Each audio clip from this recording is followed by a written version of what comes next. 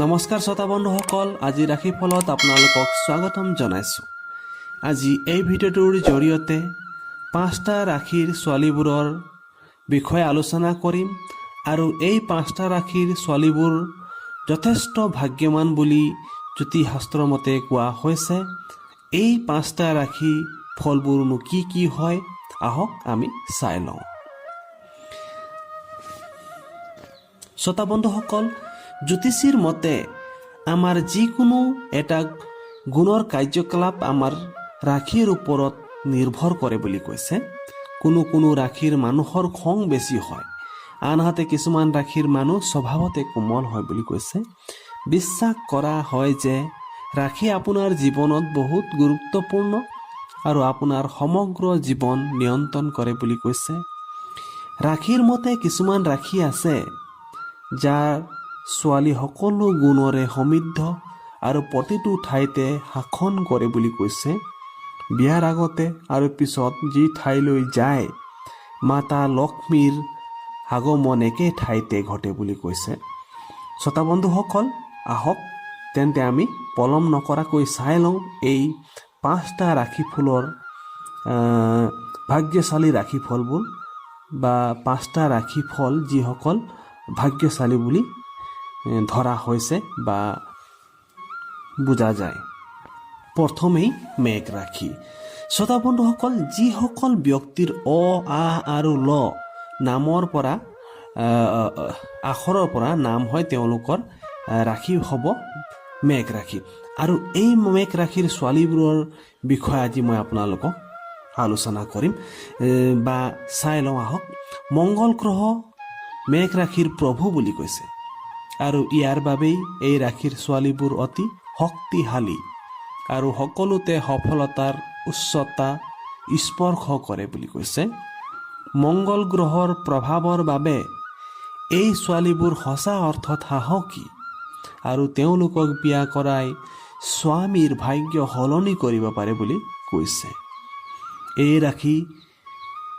ৰাশিৰ ছোৱালীবোৰৰ চোকা যিয়ে তেওঁলোকৰ জীৱন সংগীকো সফলতা দিয়ে। যদি আপোনাৰ ৰাশিও মেঘ ৰাশি হয় তেন্তে আপুনি সেই ছোৱালীৰ ভিতৰত এগৰাকী যিয়ে আপোনাৰ স্বামীৰ জীৱনত শুভকামনা আনিব পাৰে বুলি কৈছে। শ্ৰোতা বন্ধুসকল, এয়া আছিল 5টা ভাগ্যশালী ৰাশিফলৰ ভিতৰত এটা ৰাশিফল মেঘ ৰাশি। দ্বিতীয় ৰাশিটো হৈছে বৃষ ৰাশি। শ্ৰোতা বন্ধুসকল, এই বৃষ ৰাশিও 5টা ভাগ্যশালী ৰাশিফলৰ ভিতৰতে পৰে আৰু এই ৰাশিফলৰ যদি আমি চাওঁ তেনেহ'লে দেখা পাওঁ যে এই ৰাশিৰ শাসক গ্ৰহৰ শুক্ৰ বুলি গণ্য কৰা হয় আৰু এই ৰাশিৰ ছোৱালীবোৰৰ শুক্ৰৰ মহিমা আছে বুলি কৈছে।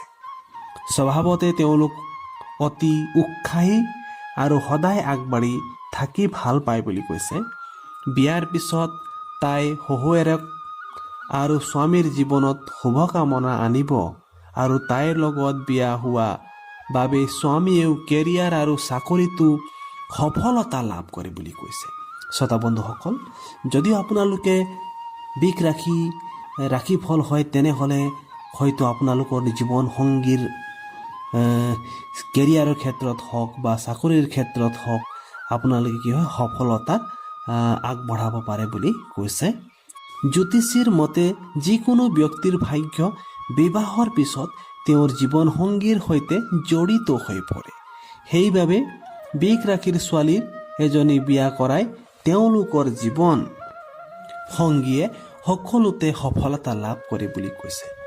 শ্ৰোতা বন্ধুসকল, আহক নেক্সট ৰাশিটো চাই লওঁ। নেক্সট ৰাশিটো হৈছে কন্যা ৰাশি। কন্যা ৰাশিৰ অধিপতি হৈছে বুধ।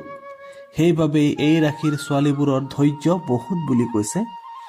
এই ৰাশিৰ ছোৱালীক বিয়া কৰাই লক্ষ্মী শহুৱেকৰ ঘৰলৈ আহে আৰু স্বামীয়ে সফলতা লাভ কৰে। যদি আপোনাৰ ৰাশিও কন্যা ৰাশি হয় তেন্তে আপুনি ভালদৰে চিন্তা কৰি প্ৰতিটো কামেই কৰে আৰু আপুনি সদায় আপোনাৰ স্বামীক সঠিক উপদেশ দিয়ে বুলি কৈছে। শ্ৰোতা বন্ধুসকল, এয়া আছিল 5টা ভাগ্য ৰাশিফলৰ ভিতৰত 3 নম্বৰ ৰাশিফলটো হৈছে কন্যা ৰাশি। আৰু যদি এই ৰাশিফলৰ আমি চাওঁ তেনেহ'লে আৰু দেখা পাওঁ যে কেৰিয়াৰ বা চাকৰিটো আপোনাৰ স্বামীয়ে আপোনাৰ পৰা পোৱা পৰামৰ্শই তেওঁক সফলতাৰ চিৰি বগাবলৈ সহায় কৰে বুলি কৈছে। শ্ৰোতা বন্ধুসকল, আহক ইয়াৰ নেক্সট ৰাশিটো চাই লওঁ। নেক্সট ৰাশিটো হৈছে মকৰ ৰাশি। যদি আপোনাৰ ৰাশি মকৰ ৰাশি হয় তেন্তে আপুনিও সেইসকলৰ মাজত এজন যিয়ে সদায় নিজৰ জীৱন সংগীক সহায় কৰে বুলি কৈছে।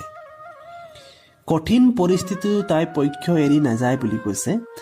এই কাৰণেই আপুনি সদায় আপোনাৰ সংগীক অগ্ৰগতিৰ কাৰণ হৈ পৰে বুলিও কৈছে। শ্ৰোতা বন্ধুসকল, আজি দিনটো ৰাশিফলৰ ভাগ্যশালী ৰাশিফলৰ ভিতৰত অন্যতম ৰাশিফলটো হৈছে মকৰ ৰাশি। আৰু এই মকৰ ৰাশিসকলৰ যদি আমি চাওঁ তেনেহ'লে দেখা পাওঁ যে তেওঁলোক হৈছে বুলি জীৱন সংগীক সহায় কৰে বুলি কৈছে। তেওঁলোক যিকোনো পৰিস্থিতিতে কি হয়, তেওঁলোকক নিজৰ জীৱন সংগীক এৰি থৈ নাযায়। গতিকে তেওঁৰ জীৱন সংগীত অগ্ৰগতিৰ কাৰণ হৈ পৰে বুলি কৈছে। শনিক মকৰ ৰাশিৰ অধিপতি বুলিও গণ্য কৰা হয় আৰু শনিয়ে আপোনাক সফলতা কঢ়িয়াই আনিব পাৰে। বিশ্বাস কৰা হয় যে যিয়ে তেওঁলোকৰ ওচৰলৈ আহে তেওঁলোকৰ প্ৰভাৱৰ বাবেই ধনাত্মক শক্তি লাভ কৰে বুলি কৈছে। শ্ৰোতা বন্ধুসকল, এয়া আমি চাই আছোঁ আজি ভাগ্যফলৰ 4 নম্বৰ ৰাশিফলটো। মকৰ ৰাশিৰ ছোৱালীও সংগীৰ বাবে ভাল উপদেষ্টা হিচাপে প্ৰমাণিত হয় আৰু জীৱনত কেতিয়াও হাৰ নামানে বুলি কৈছে। শ্ৰোতা বন্ধুসকল, আহক এতিয়া আমি নেক্সট ৰাশিটো চাই লওঁ। নেক্সট ৰাশিটো হৈছে মীন ৰাশি। মীন ৰাশিৰ মহিলা এগৰাকী ভাল উপদেষ্টা বুলি প্ৰমাণিত হয়।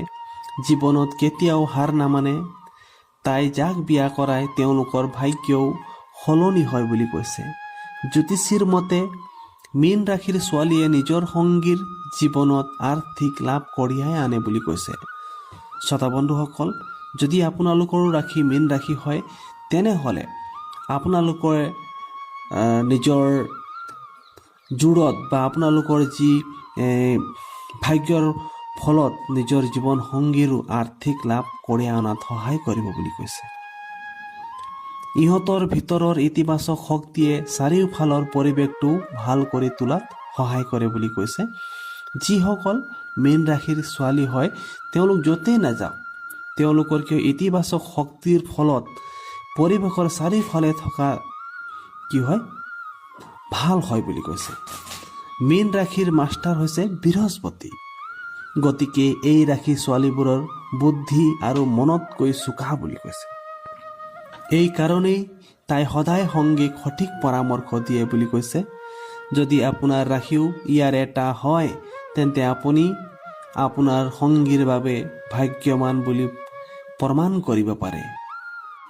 শ্ৰোতা বন্ধুসকল, এয়া আছিল আজি ভিডিঅ'টোৰ বিষয়বস্তু। যদি ভিডিঅ'টো ভাল লাগিছে তেন্তে প্লিজ লাইক শ্বেয়াৰ কমেণ্ট কৰিবলৈ নাপাহৰিব। লগতে মোৰ চেনেলটো ছাবস্ক্ৰাইব কৰি দিব। আকৌ এটা নেক্সট ভিডিঅ'ত লগ পাম। নমস্কাৰ।